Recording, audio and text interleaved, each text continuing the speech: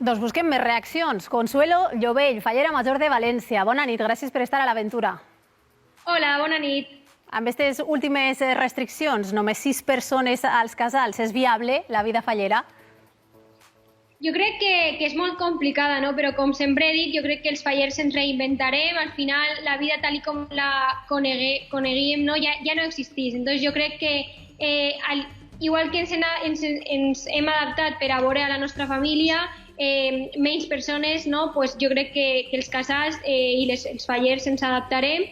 És molt complicat, és una festa que està molt viva i que té moltíssimes ganes d'eixir al carrer, i això és un poc un stop, no? Hi ha que parar, i jo crec que els fallers tenien moltíssimes ganes de començar i de no parar amb actes, i bueno, és un paró més. Aquest panorama, com imagina les falles 2021?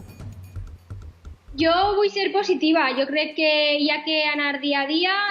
La situació canvia moltíssim d'un dia a un altre, i d'ací a més queden moltíssims mesos, i jo crec que hi ha que esperar, que no és bo per a la festa tampoc aventurar-nos, no, a veure com en març va estar la situació sanitària. Tu has treballat en primera línia aquest estiu, no?, enfront del coronavirus, al centre d'atenció primària del Perelló.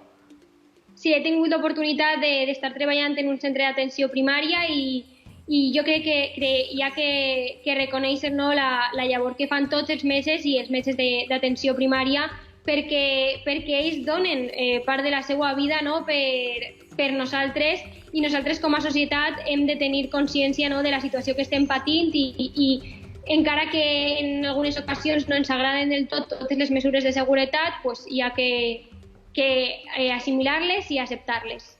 Consuelo Llovell, fallera major de València, gràcies per estar a l'aventura. A vosaltres, moltíssimes gràcies.